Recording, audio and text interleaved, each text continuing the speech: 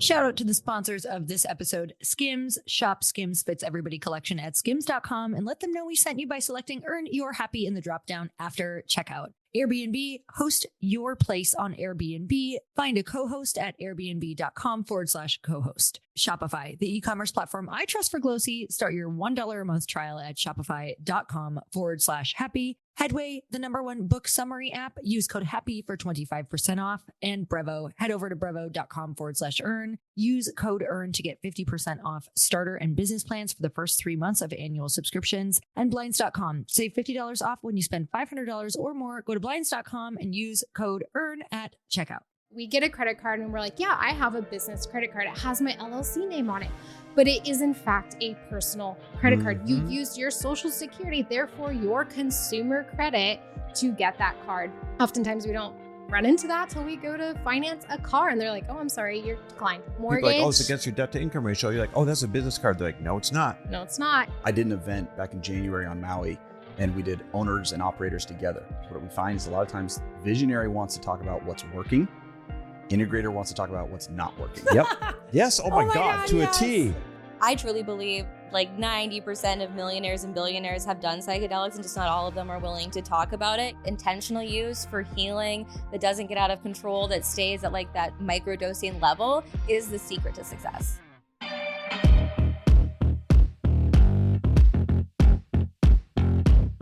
Hey everyone, welcome back to the Earn Your Happy podcast. I'm so excited about today's episode because it is a unique episode where we did something a little bit different that you're going to love. Years ago, I used to listen to Elizabeth Gilbert's podcast, and she is the author of Eat, Pray, Love and Big Magic. Maybe you've heard of her. And she interviewed a bunch of her clients on a series that she was doing. And I loved it because so many of her clients were much closer to where I was in business and life than where she was because she was so far ahead.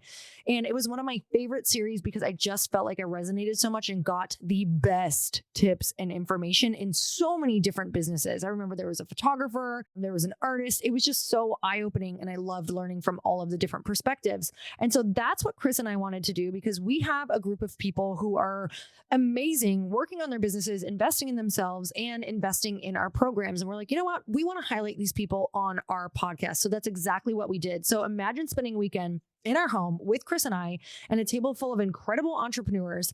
And today you're going to get to hear from 3 attendees of our first VIP Mastermind weekend, Erica Ash, Ian Bishop, and Julie Cyvonne. They're each pouring from their zone of genius so that you can make smarter, braver, bolder moves without all of the guesswork. And you guys, if this sparks something in you, we have room in our next VIP weekend Mastermind. You can come to our home, sit at the table with us, let Chris, me, and all of these other entrepreneurs at the table work directly on your business and help you get through the challenges and leave with a plan.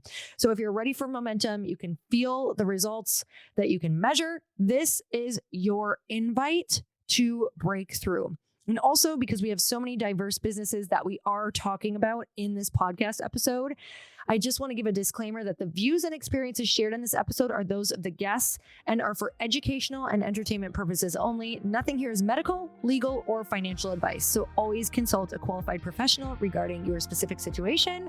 And you guys, let's get into the show. Erica, welcome to the podcast. Thank you for having me. I couldn't be more grateful for this moment. Oh, same. You get both we of us feel today. the same way because I don't know, Chris, you're probably just as grateful, but I do think I win on this one. Oh, yeah. Because you are all about helping women with something that I have struggled with my entire life, which is numbers, which is understanding my numbers, which is feeling empowered by numbers, which has really stopped me from feeling empowered and making a lot of decisions in my life. And so I want to get really vulnerable with how I felt in the audience to know that this is actually a problem that most women deal with. Yeah. And I kind of want to piggyback on that because I have a ton of female clients, right? And one of the biggest gaps is they've never taken the time to learn their numbers, and it does create problems. There's that old adage, you don't know what you don't know. And it's not what you know that'll hurt you. It's what you don't know that'll end up hurting you, right? And this is where we see so many people get into trouble. Like, they didn't know that somebody ordering their inventory put $200,000 on the credit card, or they didn't know that they had 1 month where cash flow was going to go inverted. And all of these things can be avoided, but it's intimidating because it feels like it's a big subject. And I've watched Lori struggle with learning these things and say what a lot of people say, and that is, well, I'll let someone else do it. Well, I've got my husband, or well, I've got my CFO team. And in this day and age, that's not good enough. You have to know your numbers so that the sneaky things don't happen to you. And that's why we're excited to have you here. So, Erica, why do you think so many women avoid the financial side of their business, even when they're doing everything else in their business right? I'm really glad we're starting here. And it is a lot of the points that you already mentioned. We were raised maybe without that financial language or just those financial conversations at all. And that was in our family unit, at dinner, whether you had those discussions or not. But then we jump into this magic world, but chaotic world of business. And all of a sudden, those numbers get amplified. The money conversations, the stakes around money get bigger. But yet, no one sat us down and was like, hey, here is the 101, and we dove into business with a what and a why and a mission and a purpose and this big, a beautiful vision. We don't got time to learn finances. Like for me, when I started my journey, I was like, later, I'll get to that later. I'll look at my finances later. So I was just saying yes to things that deducted that amount. So it was yes to expenses, a software, a program. Oh God. Yeah. I mean, even your simple editing software, that's still whatever a month. And we don't stop to pause and be like, wait, how is this going to impact me a year, 3 years, or more down the road? So that's where it turns into a chronic circle of avoidance. Main thing we avoid is it's like a shame and embarrassment that you weren't taught that. So when you go, you're like, oh, well, perfect scenario. I'd go and look at my numbers and I'd assess them. But what if I don't understand them? Or I go to a mastermind or a round table and I get asked a financial question. Oh my gosh, what if I don't know the answer? So it turns into that chronic avoidance cycle. It's a cycle. So then you don't go to the thing that could actually help you, or you don't ask the question in fear of looking stupid. Like that was one of the biggest things when I was raising money and starting this company. I saw where I could have gotten stopped over and over. And I saw where my other friends were getting stopped because they're like, well, I don't know that answer. What if I look stupid on that call? Or what if, and I'm like, I had the realization in order for me to learn, I'm going to have to be okay with looking stupid or find people, which this is the point of this whole podcast and why you're so pivotal for women is I knew I would have to find someone that I was comfortable with who would say to me hey, I was there too. I understand this. Let me tell you my story. And here's how we're going to turn it around this weekend. Cause we're at a VIP Mastermind right now. And you shared with me a moment where you had given, you felt like you just kept giving your power away and something shifted for you. Can you tell me that story? Yes. So my husband and I were in a business and I sat in the shadows. So I was the background of everything. And in a lot of the business situations, I would have great ideas and I would try to present them or engage in these conversations, but I realized I wasn't communicating because it was all men. I wasn't communicating in a way that reciprocated back. So I was getting dismissed because I wasn't answering in what I learned was the language of business, which is numbers. So through all of that, I developed this belief, and it started as a child. It was reinforced throughout my young adulthood that I was bad at numbers. I just wasn't a numbers person. This wasn't for me. It was like a mantra. It's a lot of people. It was a mantra. That was my mantra too. Common. I mean, I remember getting a chemistry test back, and it was a C-, and on the top of the test, the professor in red writing was like, "Learn to use your calculator." Oh my goodness! I never signed up for another class that said must learn, no algebra or have a calculator. So I was not a numbers person at all. And it just compounded and compounded. So I had the most embarrassing experience where I didn't have the answers. I didn't know how. Oh, so shameful. I mean, I would beat red, cry. I'm like, do I need to fake an emergency and exit stage right? And that came from this. So delegation, the avoidance and the embarrassment and shame, it led to delegation. So I delegated to my husband, even in our personal, in our marriage. I'm like, nope, he's got the finances handled. I'm good. Not for me, not my zone of genius. And delegation can be a slippery slope when you are a business owner. And that is the moment where I realized I am 100% relinquishing my financial power. Therefore, I was relinquishing my ability to be a true leader as a founder. And that perpetuated when I moved into being the face of my brand and my business. So I was like, no more. I am taking that wheel. I love that so much. And it's not just what you're saying, you're relinquishing the power. And when you relinquish power, it means the power to make an informed decision of when you said, hey, I'm not speaking up because I'm like, there's this idea, but I'm not sure if it's a good idea. And when you know your numbers, it's like, no, we can absolutely do that. Here's how this could work. Here's how it could look. Or this idea is great, but I think this is a next year idea. And this is important because of the numbers. Like, there's so many places that you cannot grow. You're stifled, like your growth is stifled because you don't know what's possible. And maybe you're spending too much and you could lose your business as well. Like, there's so many dangers to not knowing your numbers. So can you tell me some of the dangers and maybe some of the stresses that come when, the women that you work with don't know their numbers? What's happening in their brain and in their business? Absolutely. So this connects with you don't know what you don't know. And I think we are all hyper aware of that possibility looming around, like, oh, there possibly is things I don't know. But oftentimes when we don't understand our finances, we know. Yep. There's a gut feeling. It's a gut feeling. But it's also the thing that'll keep you up at 3 a.m. Like, oh my gosh, like, can I pay this? Or is that invoice going to come in or not? You just can't make these informed decisions. Therefore, your nervous system cannot be at peace. You cannot sit in your mindset, meditation, spiritual practices and be fully at peace and grounded in order to receive that abundance, because you're still like buzzing, worried about this thing that you're avoiding, you're pushing down the road, you're not necessarily taking full ownership or responsibility for. So those dangers lead into big problems and they compound where we are losing money in our business. We cannot spot red flags. We cannot identify mistakes or changes in the money. One of my favorite stories is when we were running our e-commerce business, it was time to just take a look at where we were saying yes in spending our money and our operating expenses.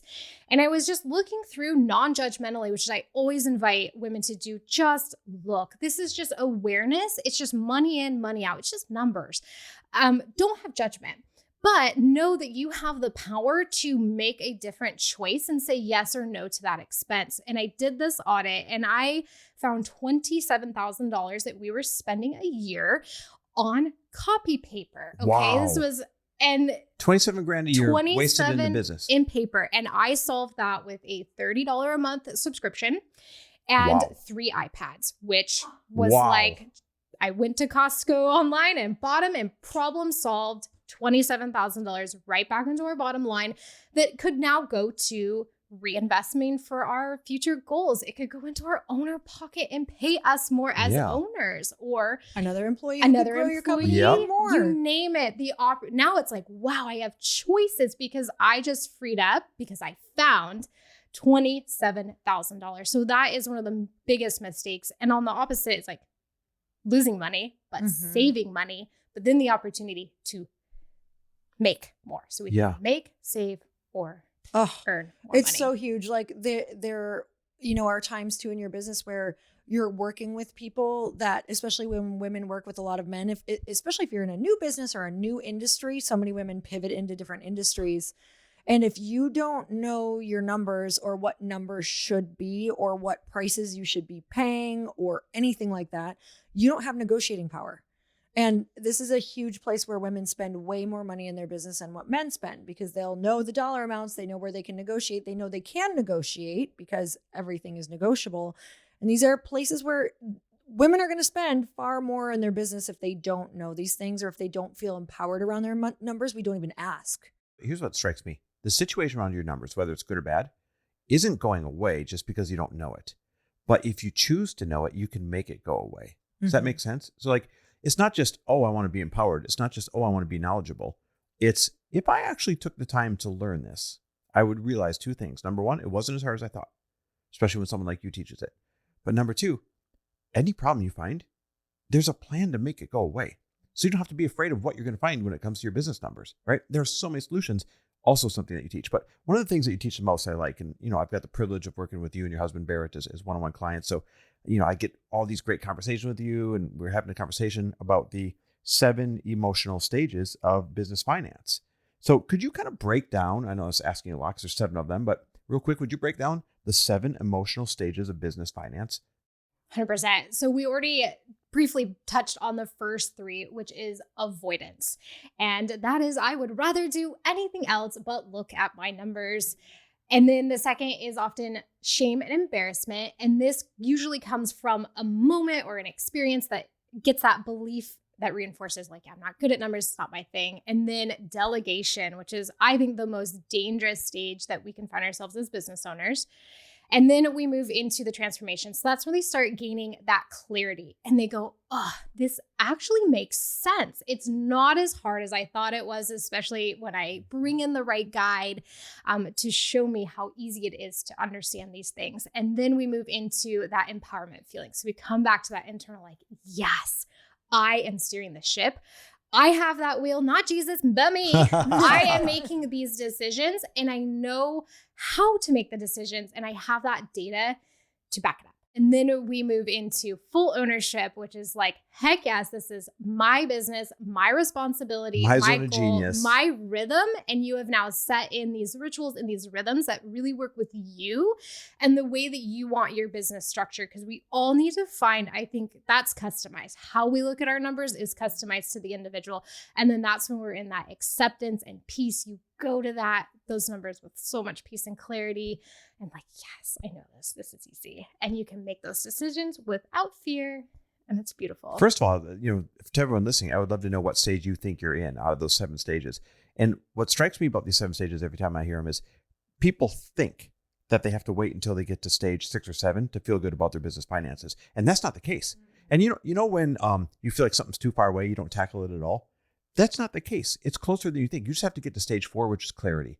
And clarity can happen real fast, right?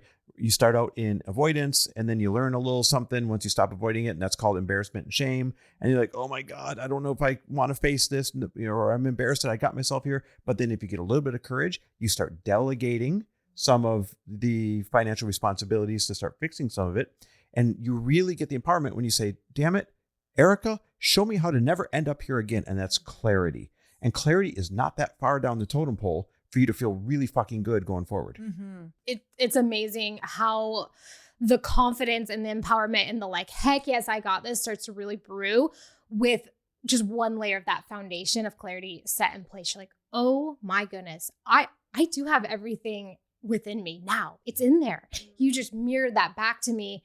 It isn't that hard. And yeah, let's do this. Where do you think you are, babe? Because I've watched you start with avoidance and embarrassment. If I'm being honest, I'm still really in this because I deeply had the mantra of I don't understand numbers. And I also didn't graduate from high school. So I still can find a shame story there, even though I've been out with it for a while. So I'm in the learning phase. I'm still a little bit in delegation, but I'm getting into clarity in certain places, but I have a lot of places to work through still, but I book meetings now with my CFO team, not just meetings on updates, because I found update meetings weren't making me learn. Mm-hmm. They were just showing me what I didn't know.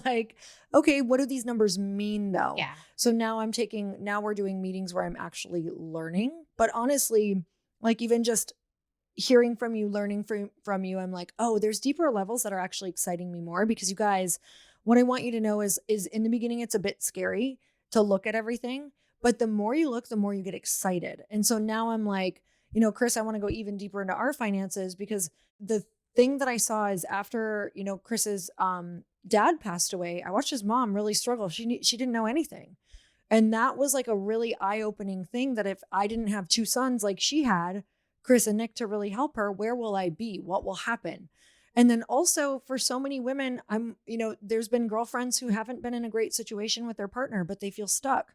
So yes, because they don't have the clarity or empowerment. Right. Knowing your numbers gives you options in life, not just in your business and gives you money back, but it's giving you options to walk out of a bad situation when you feel fully empowered by it. So yeah, I feel like I am starting to get in clarity, but I want to know so much more. So I do think this is a lifelong. The reason I asked is because I've watched you now feel pretty comfortable and pretty good around numbers, because I watched you step from delegation into clarity. Yeah. And you're right, kind of bridging the two right now.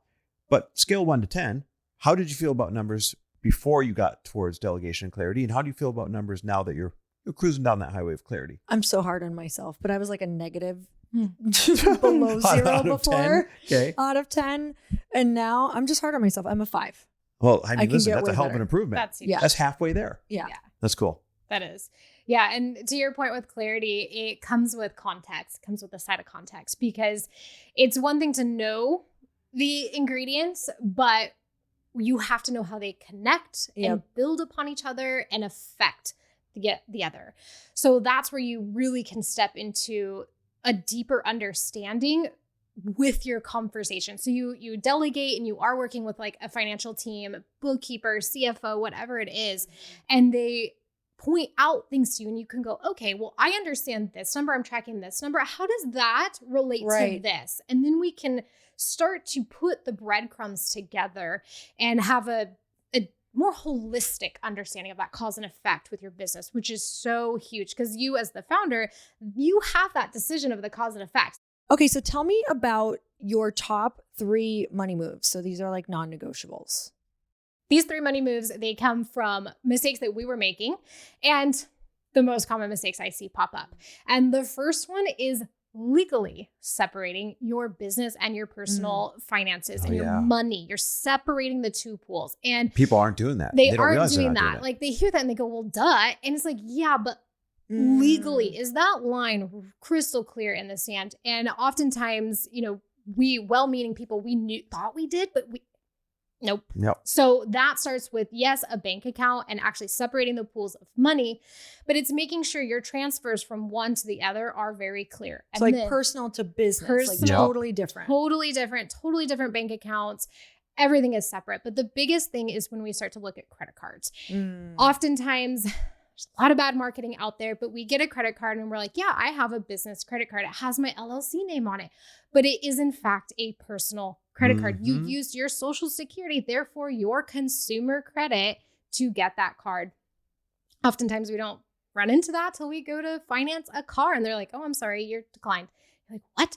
But your business debt is riding on your personal credit. So or to get a mortgage, right? You get a mortgage. People are like, oh, it's against your debt to income ratio. You're like, oh, that's a business card. They're like, no, it's not. No, it's not. Wow. It's personal. And so that liability really can sink you if your business needs to fold. That debt is now on you and they come after your assets. So that's number one, non-negotiable, full separation. So debts and bank accounts and everything stay over here for business and over here for personal. So that's number one. Number 2 was owner pay. And this was personally for me, it came into a self-worth, but also like my business takes care of me. And it's not only paying myself, but it's doing it consistently. And therefore it is reliable and I can count on my business to pay me, but putting my owner pay as a priority, a non-negotiable priority. And that comes from where in the equation you calculate that out. So consistent owner pay, and there are multiple ways to pay yourself, owner pay and delegation, but we always err for the first, which is a true W-2 owner pay, because then it's consistent and you know what's coming. So that was the second, getting really clear on what that owner pay goal was. So that was looking at our personal life very in-depthly and saying, hey, what can we take, but what do we want to take? And then look at the flip side of that. If you're building to sell, okay, how would that change? Yes. Do we take owner pay? Do we take a different type of owner pay when we want to put more profits back into the business to get it ready to sell? And number 3 is breaking that cycle of avoidance and looking at my numbers. So creating a really safe, for my nervous system, ritual to look at my numbers. And it's just awareness, no judgment, but sit down. I call them my Friday money dates. I have a reminder on my calendar to sit down every Friday, have a money date, pour myself a coffee, and we just look. And you're just looking at money in, money out, and asking the questions like, does this still serve my business? Is this a surprise? Did I know this? Did it change? And this is where you're going to pick up on those why is my Wi-Fi bill now double? Why did this employee charge $47,000 on, you find, that's when you catch those red flags and potential mistakes or fraudulent checks, but it's weekly. I say weekly. It's interesting. Out of those three, the first two, I know a million people making this mistake, right? They're not separating business finance with personal finance. They're using a personal credit card, but calling it a business credit card.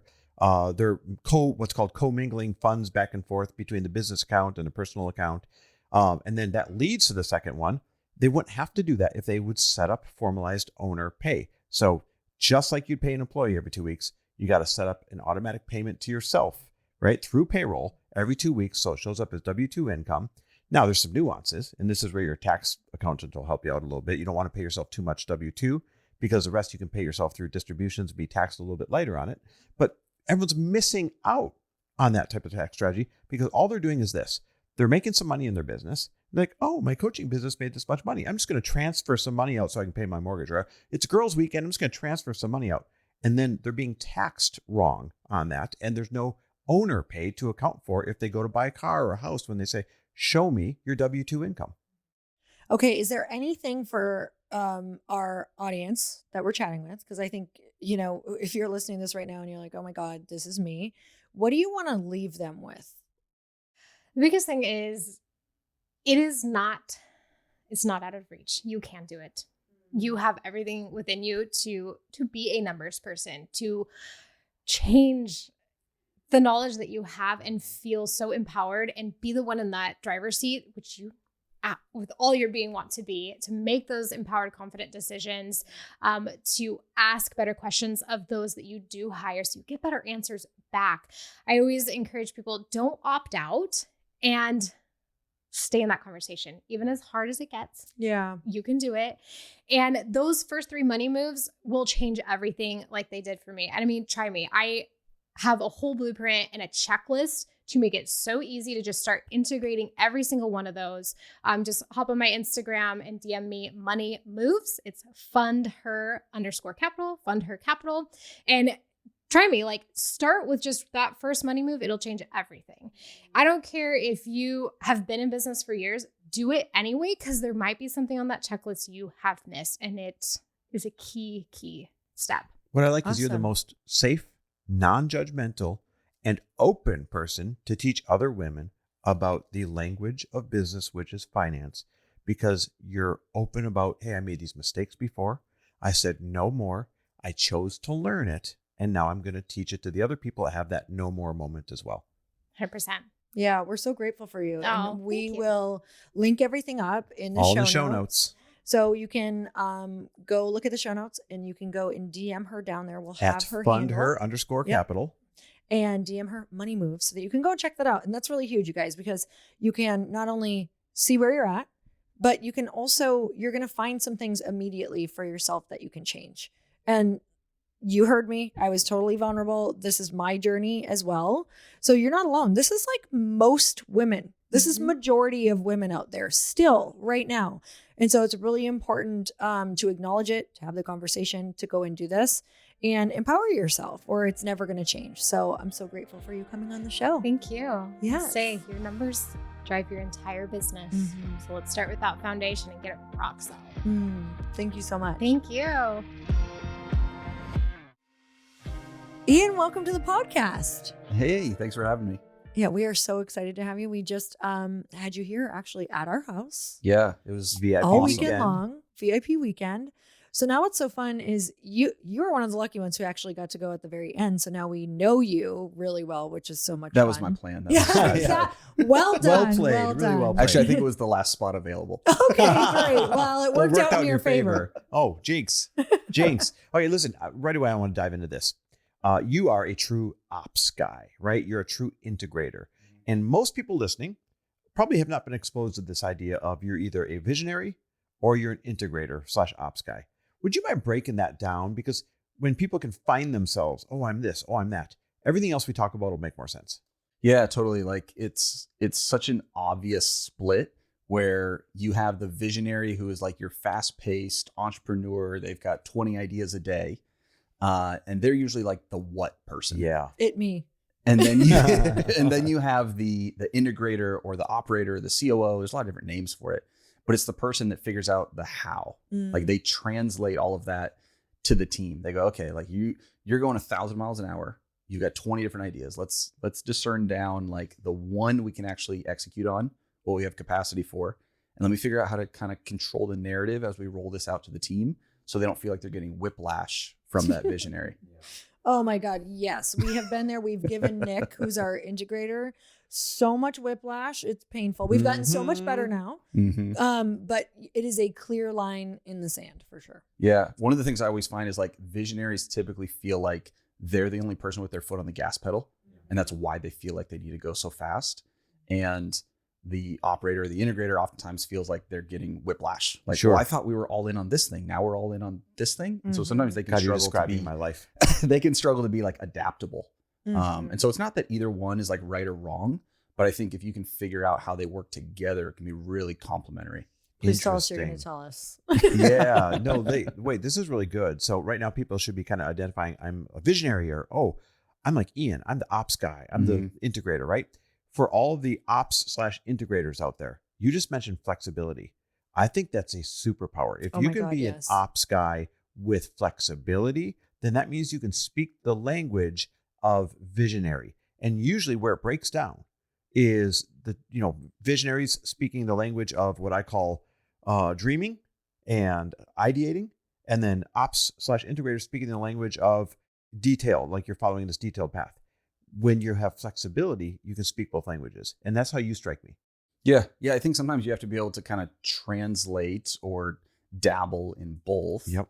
I did an event back in January on Maui, and we did owners and operators together. So it was like CEO brought their COO, or visionary brought their integrator. And we actually split some of the sessions. So it was like integrators over here, visionaries over here. And the reason was, what we find is a lot of times visionary wants to talk about what's working.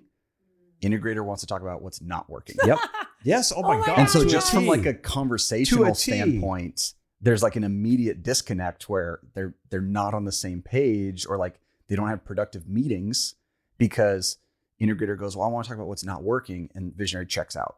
Yeah. And then vice versa, visionary goes, I want to dream and talk about these big ideas. And the integrator's like, I don't see how that's possible right now. Oh my God. He is like creepy. He must spy on us. So because you do both, what's important for an integrator and operator to know to work together? Because I will tell you that the breakdown for us. You mean a visionary and an operator. Visionary and operator. What's the key to them working together successfully? What's the key to them working together? Because there's a language barrier, and it can shut both of them down. Like if they're not learning how to speak each other's language. Yeah, I think there's two big things I see. One is a lot of times there are not high-powered integrators. There are a lot of times just employee mentality that have been promoted because they're very efficient, and they're still very much so like yes men. And so you actually need a really strong integrator. I would imagine this is probably why it works well with Nick, because as your brother, he's probably not afraid to push back. No, not at all. And most integrators aren't that way. They're afraid to push back. They're afraid to say, no, these are the objectives we committed to this quarter. And so I'm going to take your great idea and we're going to park it on the shelf here, and we'll revisit it in 90 days. So I think a lot of times it's just the background of where they're coming from that's not equally matched. And so a lot of times the visionary will steamroll their integrator, and they're not hiring somebody that is, if you look at it in a more traditional sense, like could sit at the table at the C-suite, they're usually not hiring a C-suite caliber integrator. Yeah. And so that's the first one. And they need to be. Yeah. And so that's the first part. The second one is it's a very different skill set to build the thing than it is to run the thing. Explain. So we use this analogy, if you're familiar with like Formula One. So in Formula One, you have the team principal. That would be like the visionary, right? He says, hey, we're gonna win the points cup, and we're gonna do it. They like to dabble in like a little bit of macro strategy. So they're like, hey, we're gonna do it by being the fastest in the corners. That's our like thing we're gonna bet on. They then hand that off to their chief designer, who has a whole team of mechanics that's going to build the race car. And so he's responsible for the actual implementation of taking everything that's theory, working out the micro strategy of how we're going to do it, and then really making the unseen real and physically building the race car. Once he does that, he then has to rope in the driver and go, hey, how far back do I put the seat? Do you know what all the buttons on the steering wheel do? How does the suspension actually feel? And we know that people support that which they help to create.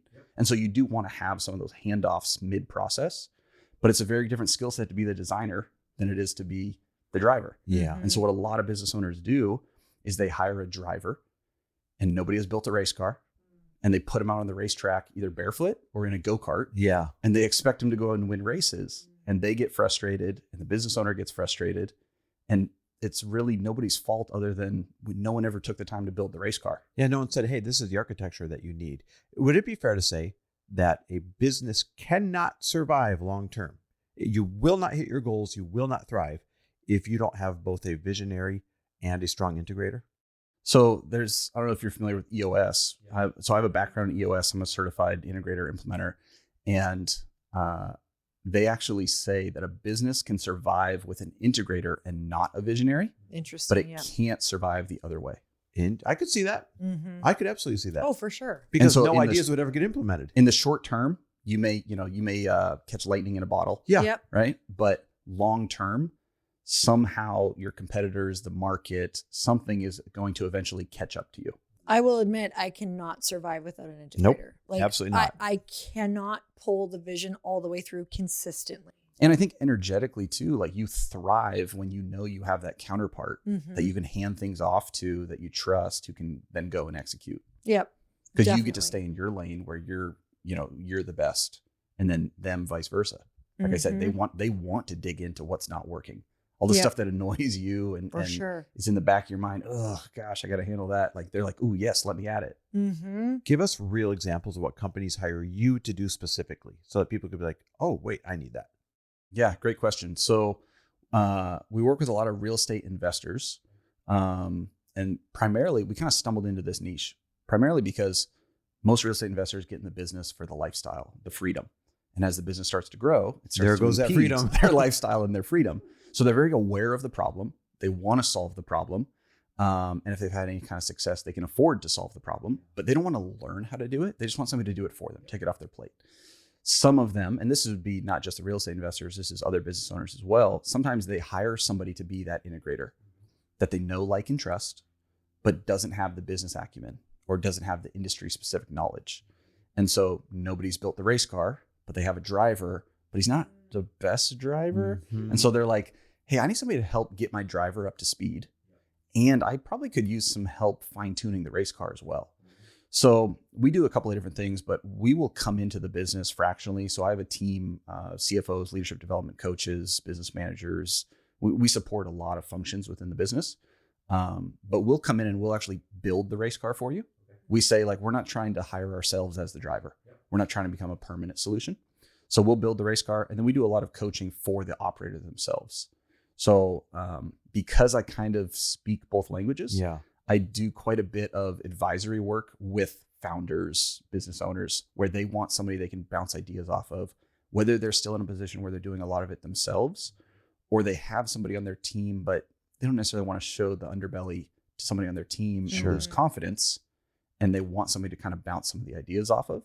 So we support primarily the owner, where I work with them one-on-one, or we have a whole team where we'll come in from the operations side of things to help support the operator. How long does that take? Like, is that a 3-month contract, a 6-month contract? Like, how long until things like, oh, good, it's working again, we're ready to race? Yeah, great question. It can depend on the size of the company. Really, what we focus on is not so much the dollars, like the revenue numbers that somebody's at, but more so the employee headcount or the department headcount.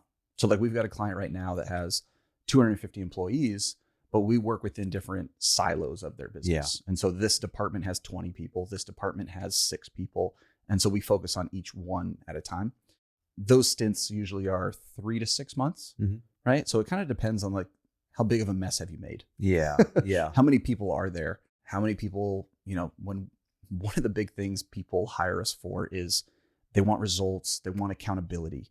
And so one of the things we'll do early on is just put in some basic, like, metrics or KPIs to see, like, what are we doing? Let's get a baseline of where we're at. And we say this is one thing that often distinguishes your A players from your C players. Because on the surface, it can look like you have a lot of B players. And sometimes it's a C player that's tricking you. And sometimes it's an A player that doesn't know what the expectations are. Oh, wow. And so when you put metrics in place, it lets the A player know what their batting average is. so that they can say, oh, I can see where I can get better here. And they step up to the challenge. And the C players that are tricking you, that are disguised as B players, they feel like they're under a microscope. They don't like being held accountable. Because their secret's about to be exposed. Totally. So we've actually had this where, we came into an organization and they asked, hey, I have this guy. I don't know that he's the right fit, but I don't have anything to like prove it. Can you just kind of help us vet him and either, help him get up to speed and do what he needs to do, or like give me some more data behind why he may not be the right fit. And we did this exactly. We put in just a basic scorecard. We do what's called a Shack Stack. And so we evaluate the skills, habits, attitude, capacity, and knowledge for that position. Oh, hence Shack. Yep. I thought it's like something with Shaquille O'Neal. Oh, no. Just acronym. And so we did those two things. And I think it was within 3 weeks, the guy put in his 2 weeks notice. That's great. Because he was just so resistant to being held accountable and seeing where he was at. And so it was He couldn't coast anymore. Well, this solved itself, I guess. He was found out. Yeah. Wow. I mean, that's so powerful just for the founder, because those are some of the things that just like keep you up. Totally. Like they just take up so much mental bandwidth. So where do you think your skill sets came from? You've had some pretty cool careers that probably kind of helped build this, but tell me where you think it came from. Yeah, I think the biggest piece was I spent a lot of time in automotive. And in automotive, everything's focused on gross profit. And so we only built operations for the sake of revenue, for the sake of gross profit. And so when I interact with a lot of businesses or I look at other consulting agencies or EOS implementers, it's like a lot of times they build operations for the sake of operations, almost like a bookkeeper. Like they're just like, we're going to make this neat and tidy because I personally like order and think everybody should have order. And it's like, yeah, but there's no like, what's the goal? Yeah, what's the goal? What are we really after here? Yeah. And so we really approach what we do from a revenue standpoint and look at it like feedback I often hear is everybody wants to double or triple. Like if you get a baseline of like, where are you at currently? Like we heard it this weekend, right? Here's where I'm at right now. Here's where I want to be. And it's usually 2x to 3x, wherever they're at. Whether they're focused on a revenue number or a profit number, it's 2 to 3 times. Yep. And so the analogy we say is everybody has a 1-story house and they want to add a 2nd story or a 3rd story on top of it. But before we can do that, we have to make sure the foundation can support it. Ladies, I have to share this because it is too good to keep to myself. Bras and underwear have always been a bit of a struggle for me. It's hard for me to find something that I absolutely love. And it feels like when I do, they're discontinued or I can never find in my size. They either dig in, they roll, they scrunch up, or just feel uncomfortable halfway through the day. I wear a lot of white. I wear a lot of form-fitting clothing. And so I hate the fact that you can either see your intimates or they roll or they just don't look right. And I honestly thought that this is just how it was until Skims. You guys, I finally tried the Fits Everybody collection and I am literally blown away. Like I thought they would be good, but I had no idea they would be freaking amazing. The material is unreal. It's buttery soft. It's breathable. It molds to my body like a second skin. It's sexy. It's literally the best fit in fabric I have ever worn in my life. And I got the Fits Everybody triangle bralette, the thong and the dipped front thong. And I'm not exaggerating when I say I am obsessed. The bralette gives me the support I want without ever feeling like I have really anything on. The thong doesn't roll up or bunch, and the dipped front style is so flattering and comfortable. I forget that you even have it on. And you guys, I will never go back now. I'm going to replace everything in my drawer with Skims. I'm obsessed with the material. I'm obsessed with the color. And if you ever struggled with intimates that don't feel right, I promise you, this is the solution. The comfort, the fit, the feel, Skims nailed it. Shop Skims Fits Everybody collection now at skims.com. And after you place your order, let them know we sent you. Select podcast in the survey and be sure to choose Earn Your Happy in the drop-down menu. And yes, you guys, this is an ad, but I am literally obsessed. This is the brand I wear and that I'm replacing everything with. You guys have to try Headway. Headway is a daily growth platform. It's a beautifully designed app that gives you bite-sized insights from the world's best nonfiction books in just 15-minute summaries, which is amazing because I have hundreds of books that I would love to read and I'm never going to make it through with my busy schedule. And these are available in both read and audio formats with nearly 2,000 titles across 30 plus categories from productivity and happiness to money and more. Headway makes it simple to keep learning even on your commute, during breaks. I love listening to it while I put my makeup on in the morning or between meetings. You'll find crowd favorites like Present Over Perfect, The Mountain Is You, Own Your Everyday, and Think Like an Entrepreneur, Act Like a CEO. Here's why millions of people love it: because it's personalized recommendations that align with your goals, progress tracking and gentle encouragement to stay consistent, an award-winning design that makes growth enjoyable. It's trusted globally with 50 million downloads and over 2 million monthly users, recognized as the #1 education app on the US App Store and often featured as Apple's App of the Day. You guys, people love it for a reason. Whether you're building your dream business, working on relationships, or just want more emotional clarity, Headway gives you the right wisdom at the right time. So if you're ready for growth that feels good, start today. Grow your way the Headway. Go to makeheadway.com/happy and use promo code HAPPY for 25% off your subscription. That's makeheadway.com/happy. Use promo code HAPPY. One of the most stressful things about moving into a new home is all the little details you don't think about at first, like window treatments. In our last home, I used blinds.com for our blinds and our curtains, and it was honestly such a seamless experience. They sent me samples super fast. They helped me choose what would look best, and the turnaround time was fast. Thank God, because our windows weren't covered. Everything was easy, beautiful, and done without the headache that I expected. That's why I'm so excited to share blinds.com with you, because they've truly reinvented the way we shop for custom window treatments. So maybe you even just want to upgrade what you have right now. There's no more waiting around all day for an in-home designer just to get an overpriced quote.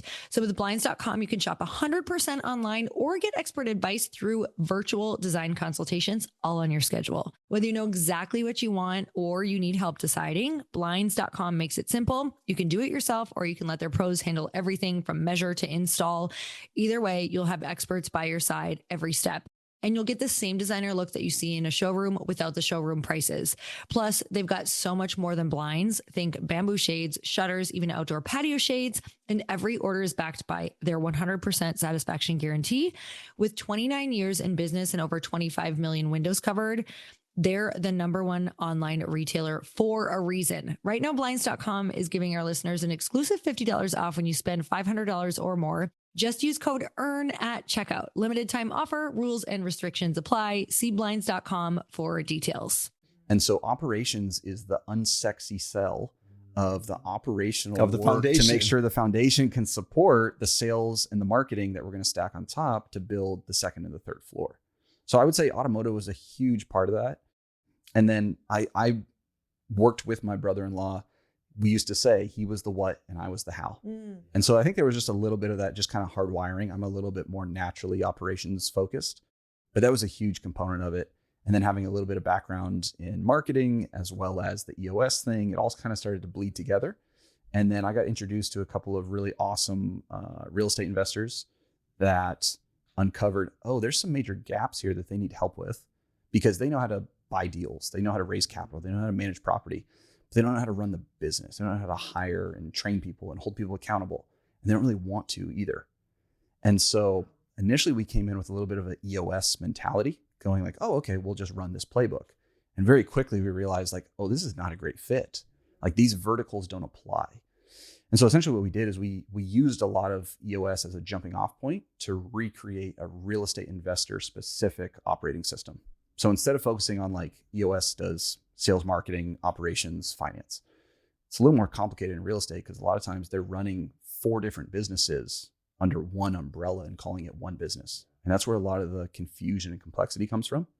So we break it down into 5 different verticals. So we have acquisitions, capital stack, whether you're raising from a retail investor, private institution, or just the debt side of things.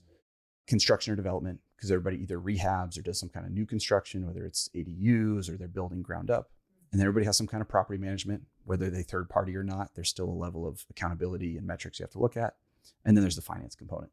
And so we focus in on those 5 verticals using very similar methodologies to how any operating consultant would, whether it's EOS or scaling up or, any system out there.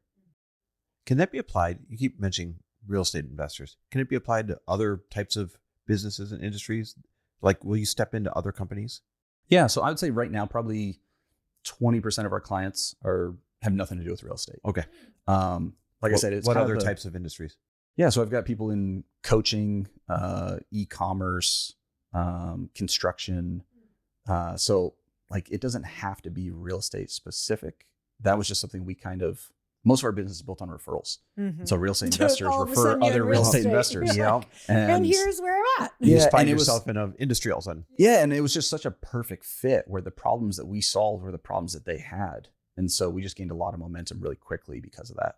One good example of this is, so like this other side expertise that you have, you take these skill sets of being like, okay, I can implement, I can plan and implement anything, into creating masterminds for other people that have great brands that have always wanted a mastermind or been curious about having a mastermind, but they're like, oh, I don't know how to do events. I don't know how to plan out a year's worth of content. I don't know how to do this.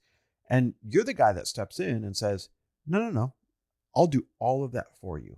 Like, that fits your skill set. I can plan, I can execute, implement everything. And you're a guy that just loves mastermind because it's benefited your life a bunch. Yeah. So you're like, no, I can do all that for you. And then you go and you build this thing side by side with this person. And all of a sudden they have a mastermind that they would never have before that's printing money, and you're running the whole damn thing. Tell us about that. Like content and everything. Yeah, It's everything. pretty It's amazing. wild. Mm-hmm. Yeah. So like I was a huge beneficiary, I guess, of mastermind formats. Coming to your roundtable, a couple other groups I've been a part of, I've just seen such massive impact from that. And I would say I'm plagued by the fact that there's a better way. So I walk in any room and I feel like I can see how it could be better. Yep. Totally. And we talked about this earlier this weekend, like coming to an event like this, I sit first person and third person. I'm like, first person, okay, yeah, here's what I need. Here's what I'm working on. But also third person, I'm going, okay, here's the agenda they went through. Here's the timing of things. How long did they have us sit before we had a break? Mm-hmm. Right? Just like all these little details. And which give us all your feedback. Yeah. I couldn't be in your shoes this time. And so I just obsess about that, I guess. I just enjoy it a ton. I freaking love it. I've done events before, 3 back-to-back, where it's, 10 days straight. And people would ask me, like, you must be exhausted, the travel, to this. I'm like, I could do 3 more. Like, Yeah, it just it lights me up. And I really enjoy the collaboration that happens, right? How do you ask the right questions to get to the root cause of something, to help problem solve? But also get that amongst people, right? Where I love the pattern recognition that happens and putting the pieces together. And so getting that feedback where, okay, well, hold on, you know a little bit about this. Talk to this guy about what you're doing. Oh, that might be just the next thing that they need. And so I just love that environment. And I've gotten so fun. Yeah, I've gotten roped into doing it for a few different entrepreneurs where we do it all across the country. I've got a partner in that who is a sommelier, master of experience. You guys have actually been to some of his events. And so that has been something, again, just kind of stumbling into of like, oh, I freaking love this. And again, it's, very complimentary where the founder, the CEO, they don't want to work on all the details and put all that together. Right. They want somebody else to handle all that for them. Yep. So if people want to either work with you and have you come in and be their temporary COO team and clean everything up, right? Build a race car. Mm-hmm. Or if they're like, I'll take a mastermind where I don't have to do anything. How do they get a hold of you and how should they reach out? Yeah. So online, I'm the RevOps coach because we focus on revenue operations. Yep. So you can go to the revopscoach.com, and that has a lot of gateways, I would say, for the different things that we do, or on Instagram at the RevOps Coach. And actually, for your audience, like, I didn't want to leave them hanging with a bunch of great insight. Yeah. And no way to take action. Yeah. Because a lot of people too. Because you're an integrator. Yes. So this is driving you crazy. This is the number one thing when I do events, the number one thing I look at is how do we take the information and turn it into action? Yes. Because otherwise it's just a conference. Yeah. We're just sitting there like, and I'm going listening to a crazy bunch of over stuff. here. Yeah. And so, I open this up just for your audience. If they DM me on Instagram, toolkit, we have some coursework and some products, resources, checklists, EA playbooks, hiring toolkits that we typically sell as part of some other packages for $12.95. If they as DM in me- $1,295. Correct. Yeah. If they DM me toolkit, I'll just send that to them for free. It's just Dude, gosh. that is so cool of you. Like And- those are some serious tools. yeah. It's honestly, it's the stuff that when we come into a business fractionally, it's literally what we walk through. We're just doing it for you. But if Damn, somebody that's a wants to nice start to gift. take action themselves, they Like, can start hello, working through it. everyone. Thanks for the $1,300 free gift. Exactly. That's cool. Mhm. So how do they get it again? So you go to the RevOps Coach on Instagram and you just DM me the word toolkit. That's freaking Amazing. cool. Well, we're so grateful for you. Is there anything that you want to leave with people? I don't think so. Like besides your toolkit. Yeah. no. Besides the toolkit. He's like, I just gave you everything, lady. What else do you want? No, I'm really grateful for you. You are, I think one of the biggest eye-opening things for me when I got into business is I didn't understand truly that relationship between visionary and integrator. I just thought that in business, like I was supposed to come up with the idea and I was the person to like learn the website, do all the things. Like that felt like such a heavy responsibility for me. And truly, it's so much fun now that everyone's pulling back the curtain of their business, because I don't know if you remember, like 10 years ago, nobody was talking this. about their integrator who was doing everything Yeah. on the other side of their vision. And it actually felt so disempowering. And so I think it was it's so great for me to meet people like you and go, wait a minute, I can be in my zone of genius because you exist. Like I actually felt so disempowered and not smart. And like, really, I felt like there was something wrong with me because I just didn't understand that side and my brain didn't work that way. So I hope that everybody listening knows, like, your business, if you are not excited about the things that he mentioned, like, you actually shouldn't be doing them. You should be finding an Ian, somebody like Ian, and going and being able to do what you do, because you'll be able to pull, a visionary can typically pull in the eyeballs. They're going to be that top of funnel and you can take care of the rest. So that changed our lives when we were like, wait, this is how people operate. There's a visionary and an integrator, and they're very clear, the two different jobs. I've had people say to me, sorry to cut you off, but they've said to me like, well, I'm not a good entrepreneur like you. I'm like, oh, no, I'm not good at anything other than a vision. And then finding the Ians in my life, or in my case, Nick and Matt, my business partner, but finding the Ians in my life to make everything else happen, or I would just be a nobody, like nothing would happen. Yeah. Yeah. It's one of the first things we do with business owners. We have a tool, we call it income producing activities versus everything else. Yep. Yes. And so we audit kind of like ROI on your time. Where should you be focusing, right, to help grow the business? But one of the things we also look at is just energetically, like what drains you, sucks the life out of you. Okay, get that the heck off your plate as well, because that's not going to benefit anybody if you're stuck doing the stuff that drains you. For me, I worked in finance for a few years, and I would be the guy bubble, hey, how you doing, blah, blah. And I'm not super extroverted. It takes a lot to like, gumption up this level of charisma. I'm the same way. You're just going to stare at a wall. I'm the after same way. this. Yeah. Yeah. But so I would come home and I would eat a pint of ice cream and go to bed. And I was just like, it just drained me. But I just thought, oh, this is what hard work feels like. And so I think if you're in that place where, it's draining and exhausting and you feel like you're working really hard, there's probably some areas that you probably shouldn't be doing some of that stuff. Interesting. Good So call true. to action there.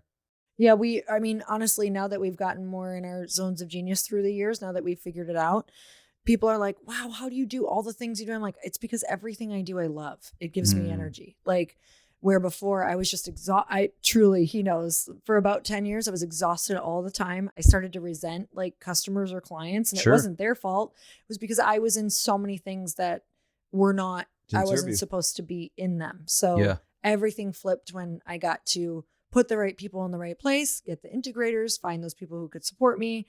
It's really life-changing. I can do more. We can make more money when I don't have to be doing those things. Yeah. And sometimes like huge. in the beginning, it's a luxury to be able to afford. Yeah. That it's hard to have the vision for. Right. But I think that there are, stair steps to get there. There's a plan you can start putting in place to go, okay, how do I start getting some of this stuff off and build some momentum in it? And we can get that from your toolkit. Yeah. So we can go find all of those things. Yeah. So you guys, At RevOps Coach on Instagram or RevOps.com, right? TheRevOpsCoach.com, The RevOps Coach on Instagram. Yeah. awesome. And you guys can go click the show notes, go check those out. And that's all down there. And thank you so much for being on the show. Yeah. Appreciate Thank it, you buddy. guys so much. Thank you for this weekend. It was great. We It's had the great best because time. you're here. Julie, welcome to the podcast. You're on the Earn Your Happy podcast and you're on the Chris Harder Yes, show. double trouble. I am so excited to be here. I feel like I'm living out a dream because I've listened to you guys for so long. This is wild. This is what I so love about fun. doing this, by the way, is one, you're excited. That makes us excited. Your energy is off the charts. When we were hanging out before, because we're doing this VIP Mastermind weekend, when we were hanging out before and you got up to present, I was like, oh, she's awesome because you were so enthusiastic. And I love enthusiastic people. Thank you. I have a lot of energy and I'm so grateful and just happy to be here. Yeah, I love your energy. And, we were talking on the different people who've interviewed as well, who are here for the VIP weekend. Like, honestly, enthusiasm it's a trait that you all seem to have, but it also is why you're all successful. So your enthusiasm, literally, especially for what you do, which we're going to chat about in a minute. But I think you have such a gift to make kind of these, either big topics or kind of scary things or challenging things, like you really bring it down to earth and make it feel so comfortable. And that is such a gift of yours. Well, and that's a good fit for what we're about to talk about, because admittedly, both Lori and I are wildly unfamiliar with like psychedelics and microdosing and all this stuff. And I can even say it feels intimidating. You grew up your whole life and like drugs are bad, right? But now so many of our friends and so many of our even peers and mentors and some of the highest performers we know, they've integrated this into their life and they're crushing it. And it makes you stop and say, wait, am I missing something here? So that's the whole purpose of the episode, is to kind of discover what we don't know that we should know. And I want to start by framing it this way. You were once, how would I phrase this? Like part of that professional rat race. I mean, you were this awesome attorney. Before being an attorney, you were going to school to be a biologist or get a biology degree. Like you thought your path was going to be this buttoned up, professional, high performing one. And something happened in your life that caused you to take kind of a turn off the beaten path and end up as this psychedelics facilitator. Do you mind kind of sharing that? Yeah, I think it's interesting. The thing that really turned my life around was when my dad died when I was 6. And that's what put me on the path to constant achievement, because I felt like my dad loved me unconditionally. And I know my mom loves me unconditionally, but I felt like that was more conditioned on be a good girl and get good grades. My brother has autism. And so it was necessary for me to basically step up as a 6-year-old in a lot of ways. And I was top of my class and I hinged all of my worthiness on getting good grades. And so I did. I went to a really great undergraduate school. I was going to become a doctor, figured out I hated blood, thought, what am I good at? I was like, oh, okay, I'll go to law school. I got to roll right to law school. I practiced for 3 years, but underneath all of that was just deep anxiety and unhappiness. And I was performing for other people. I had no idea what would make me happy. And now I like to say that my life is built around joy and liberation. And I think we all deserve and have access to a really happy life. And that comes from liberating yourself from whatever stories or things that happened to us as a child. Man, the world needs that. The world needs that. So are we walking around as broken people, or are we fixable no matter what ails us inside? I really don't think anyone's broken. I think it's a return to home. And I think the things that broke you are what's broken. It was never about you are indelible. You are a beautiful spark of joy. And it's just remembering that. And I like to say dusting off the top of your fridge. That's awesome. I love that. Okay, so I have so many different questions because actually, and I don't even think you remember, but I microdosed for a hot second, like maybe a week. And because I had no one facilitating it with me, and because I didn't feel anything, know what to do, I just quit. I was like, well, this must not be for me because I don't understand it at all. Like literally did nothing. I was just like, okay, maybe I'll feel creative. Like it's kind of doing it to see if it could open something up for me. And I'm that person that if I don't feel something working right away, because I don't know if that was if that's what I'm supposed to be doing. She wants to feel the thing, see the walls melting. Oh, no, I wanted to just feel more creative, to be honest. And I just didn't have anyone facilitating with me. So we're going to talk all the things. But, microdosing, macrodosing, psychedelics, they're still super misunderstood by a lot of people. So can you break down the science behind how they work and also address some of the biggest misconceptions people have about the practices? So my favorite thing that psychedelics do is quiet down our default mode network, which is a series of interconnected structures in our brain and includes the posterior cingulate cortex. And that's really where we have self-referential self-referential thinking. So that's where you go to, play out, rehearse that convo in the shower that didn't go well. You spend a lot of time ruminating. And so fMRI scans show that when we take psychedelics, we stop the blood flow to those parts of our brain. And if we can quiet down the chatter, the feedback loops in our brain, then we force ourselves to get present. And studies out of Harvard say that happiness isn't like how nice your car is or how hot your wife is, although your wife is very hot. Stop. We got it on tape. There. It is simply how often are you present? How often are you truly engaged in this moment, not thinking about something else? So it's like a shortcut to happiness. And then if you can train your brain to stay in that with intentional relearning tools, then you have an overall happier life. Okay, so what got you into wanting to help people with this? It's so interesting. I went to law school because I wanted to help people. I thought I wanted to go to med school because I wanted to help people, but the law is a very protracted process. And if anyone has had a legal proceeding, it takes like freaking forever. And it's supposed to make people whole again, but no one is ever whole once they enter legal proceedings. So I say now that I'm actually able to make a way bigger difference than I was when I was an attorney. And that if more people not just did psychedelics, but worked on themselves and got that healing support, then they would actually be able to avoid things like the legal process because they would be happier, nicer people and treat others in kind. So I want to know more about like what it is and what it does and what can it fix? Yeah, what are people coming for? I have a lot of friends who, and you had spoken before this because you were sharing with the group today kind of what it all is that you do, but you were talking about how so much of what we do is like very surface or, you're just talking about it, but this is like really attempting to get to the root of it. Describe why you can kind of get to the roots of, the deep anxiety or why you keep on sabotaging yourself in life. Like, how does that actually work through this? Yeah. So microdosing is the process of taking a sub-perceptual amount of a substance. I work with psilocybin primarily, so magic mushrooms. So you're going to take enough so that you receive the benefits in your brain, but you're not seeing the walls melt.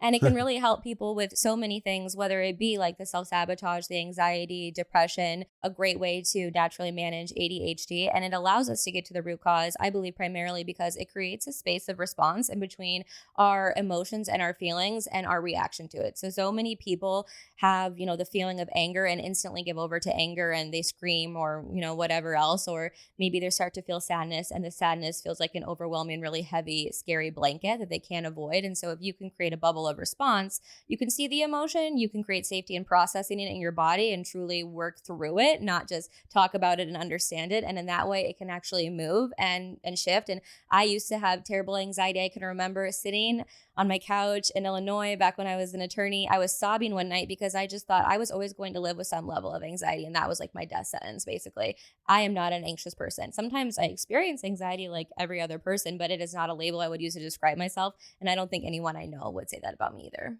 So anxiety is one. What about depression? Depression is a huge one. So there's a really interesting study that just came out that they gave a larger dose of psilocybin to cancer patients and their cancer didn't go into remission, but their depression and their sadness around their cancer, 50% of them saw complete remission. Wow, that's wild. Okay, what about lack of self-confidence? Like the person that is always kind of shy, kind of meek and feels like they don't want to speak up even though that they know they should.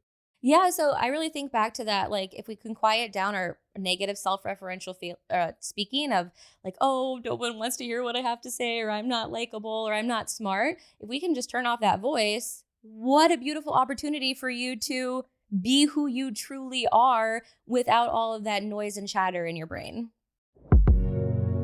Are you ready to take your business marketing to the next level? Meet Brevo, the all-in-one marketing and CRM platform built to help you connect with your customers, boost engagement, and grow your business smarter.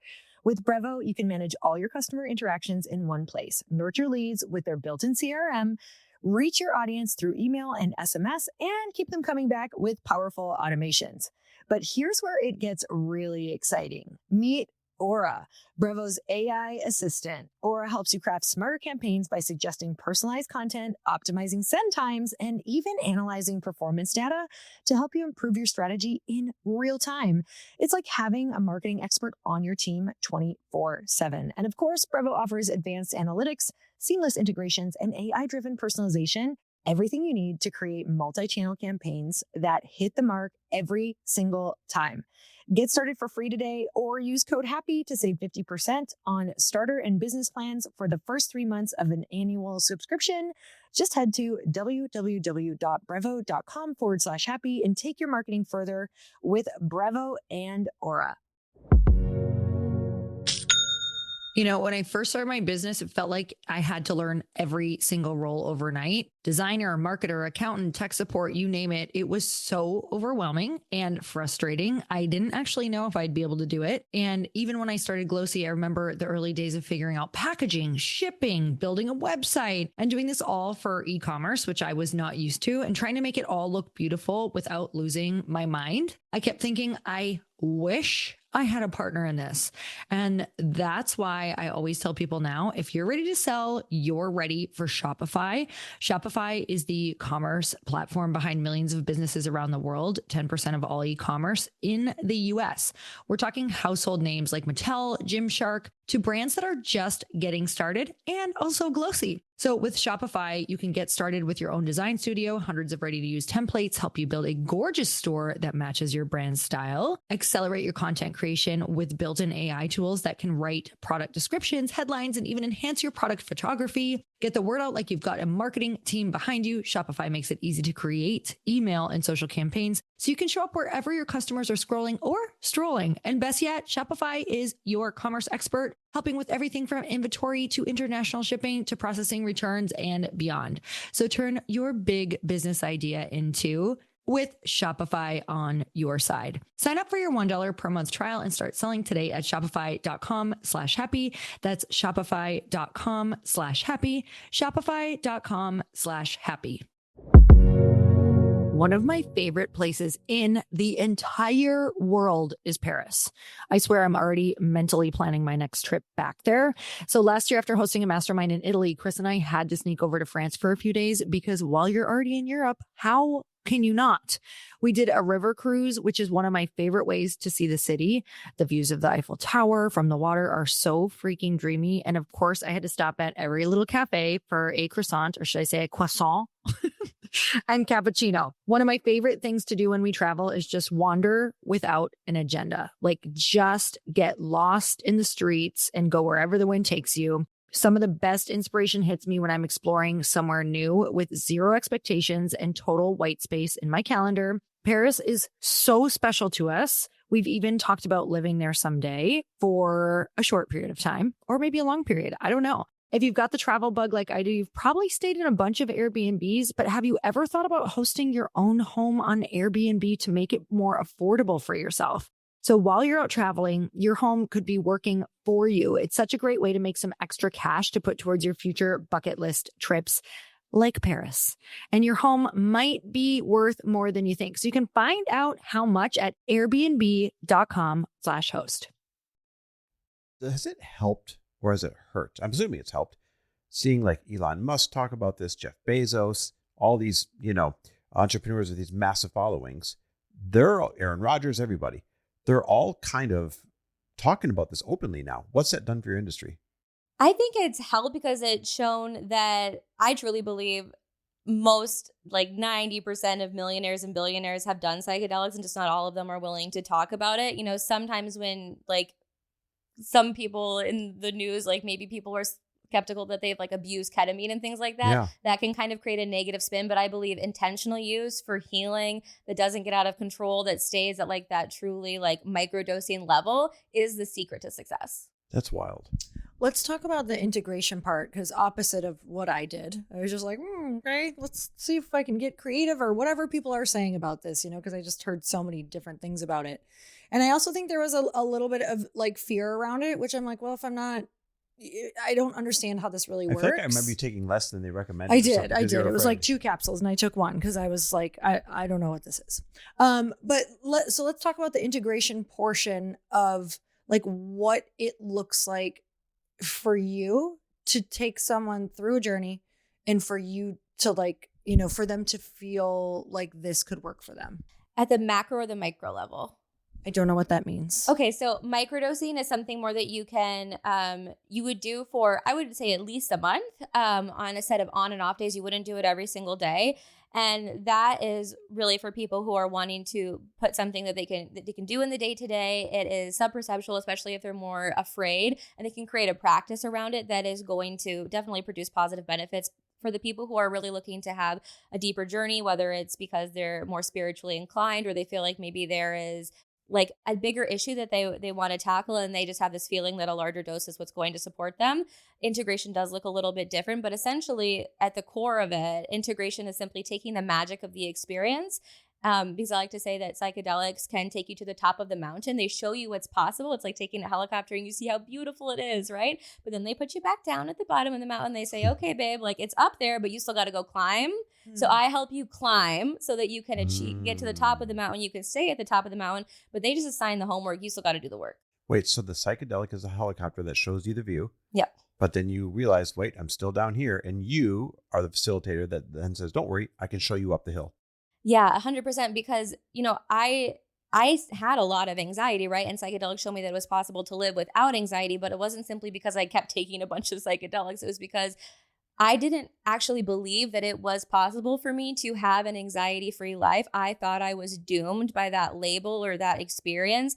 And so therefore I didn't have the motivation to go do anything about it. Or the things that I did, I was like, this might, like I was on Prozac, I was going to therapy. I was like, this might make it a little bit more manageable, but it's not going to erase it. I saw what it was like to have it be erased. And I was like, okay, let's freaking go.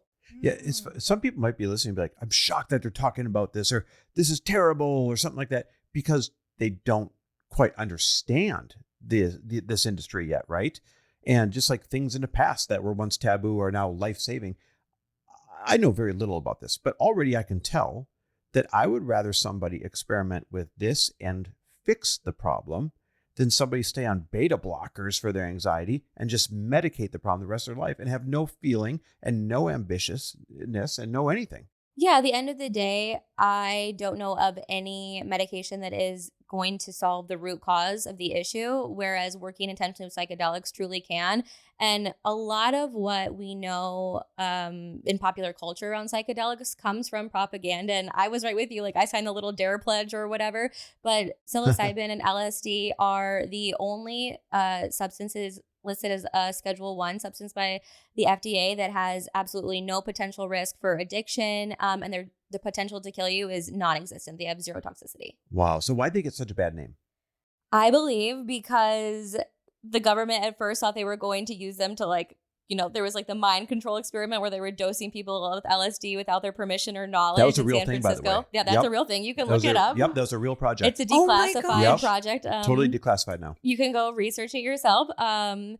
And they thought they were going to be able to like mind control and make people like into this weird truth serum. And when that didn't happen, what actually happened was the 60s revolution of like, hey, actually, this government isn't really working for me. We're entering wars that we don't need to be into. And it just raises your consciousness to a level where you're curious and you're not just numbed out, which is what most prescriptions do. So are you saying they blacklisted it, so to speak, because it went against the agenda of more control? That's my perspective. And, who knows what we'll see as documents continue to be released year after year from the past. But I just think it's really interesting that there's absolutely like no control except for the 18 around alcohol. And alcohol is a known carcinogen. Alcohol causes way more deaths than even, cannabis every year. So it just is interesting to me. I think of it all like alcohol, cigarettes, all these other things that we know are terrible for ourselves, that are highly addictive, that literally kill people and ruin lives and the whole 9 yards. There's no fanfare around making that stuff illegal or anything like that, which, it shouldn't be. But there's so much fanfare around making these things illegal when these things seem to have some pretty positive medical benefits. Yeah, when psilocybin was first brought to the United States in the 50s, it was originally used as a treatment for addiction because they are non-addictive and they can actually help people with things like addiction, OCD, PTSD, anxiety, and depression. All of those use similar pathways in our brain and they form really rigid connections. And that's why people go back to the same behavior and over again.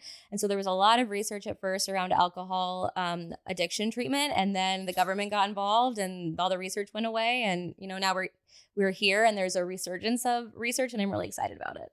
You had mentioned the importance of kind of either no, I might get this wrong, but like a weekly type of touch base or something for them to do. It's almost like having homework throughout the journey.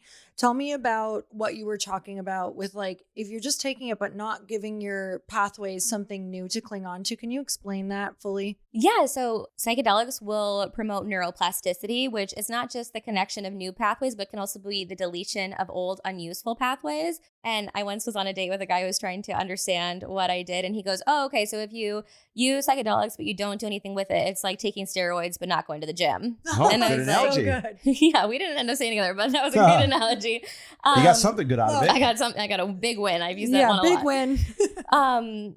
Yeah, so the research says that if you're not pairing microdosing with intentional relearning, then you're not really going to see a long-lasting change. So I like to say you can microdose on your own and you'll probably have a great day. And if someone cuts you off in traffic, you'll just wave and say hello, thank you for your time. But if you microdose and you pair it with things and you integrate, you're going to change your life substantially. That's interesting. Now, I want to switch modes a little bit.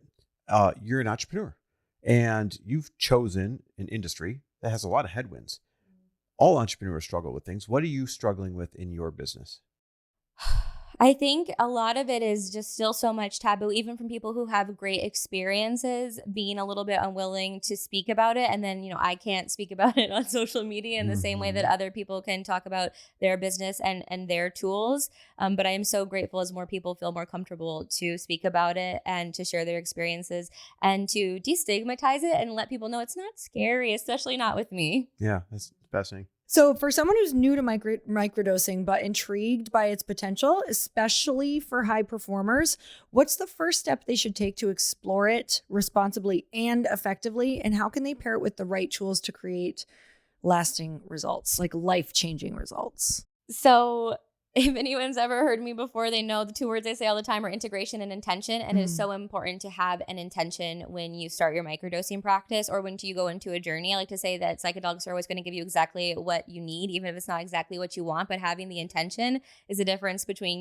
getting somewhere and just wandering around in the desert, not literally, but the desert of your mind. And then I like to say that I don't ever want to teach someone what works for me. I want to help you discover what works for you. So I would say, cling on to something that you have done in the past outside of this work, but that has helped you. I mean, that can be mindful movement. It can be going to the gym, maybe without headphones and like really connecting with your body and feeling the contraction of your muscles. If people like meditating, awesome. Pair it with meditation, pair it with your journaling practice. And that is really the sweet spot of helping someone find their perfect microdosing practice that is going to support with all of the neuroplasticity. But if you know that you really want to work on something and like, maybe you're really drawn to hypnosis, I would say, microdose and take yourself through hypnosis or find one on YouTube. But there are so many resources. It doesn't have to look the same for every person. And if you know that you've done something in the past that's worked for you, double down. Don't break what's not broken. Just because I've got so many high performing friends that everyone else would like hold up on a pedestal that I know are successful with this, it makes me microdosing curious. So for people who are listening, if they're like, okay, I'm not a yes, I'm not a no, I'm microdosing curious. You've got kind of a really cool quiz that helps them filter out, is this for them or not? And what I love about it is you often say like, oh, a lot of times the quiz is like, no, this ain't for you. Yeah, it's so interesting. I like to say that there is no one right thing for everyone, microdosing and psychedelics included. Actually, there are a surprising number of people who this just is not the right fit for. And I am very honest about that because I also don't want to waste your time and I want to help you find the right thing for you. So if anyone's interested in taking that quiz, they can DM me the word journey. It's a free quiz. I'll send it over your way and you can just make a more educated assessment about what you want to do next. Yeah, it really tells you like, is this for you or is it not for you? And like you said, a lot of people, it comes back like, oh, not for you. Like, I ain't working with you. Go somewhere else. What's your Instagram so they can find that? Yeah, my Instagram is Julie Cyvonne. It's Julie Cyvonne. It's my middle name and come say hi. We'll put a link in the show notes, but spell it one more time. Julie, Julie Cyvonne. And they just have to DM you the word journey. Yep, journey. That's awesome. Thank you so much for coming on the show. And you guys, I hope this answered a lot of questions for you. It did for me. It answered so many questions for me. And if not, you can always go and get your free quiz, which is so awesome. Thank you for doing that. So thank you so much for coming on. Yeah, appreciate it. Thank you so much for having me on. I'm so excited to be here.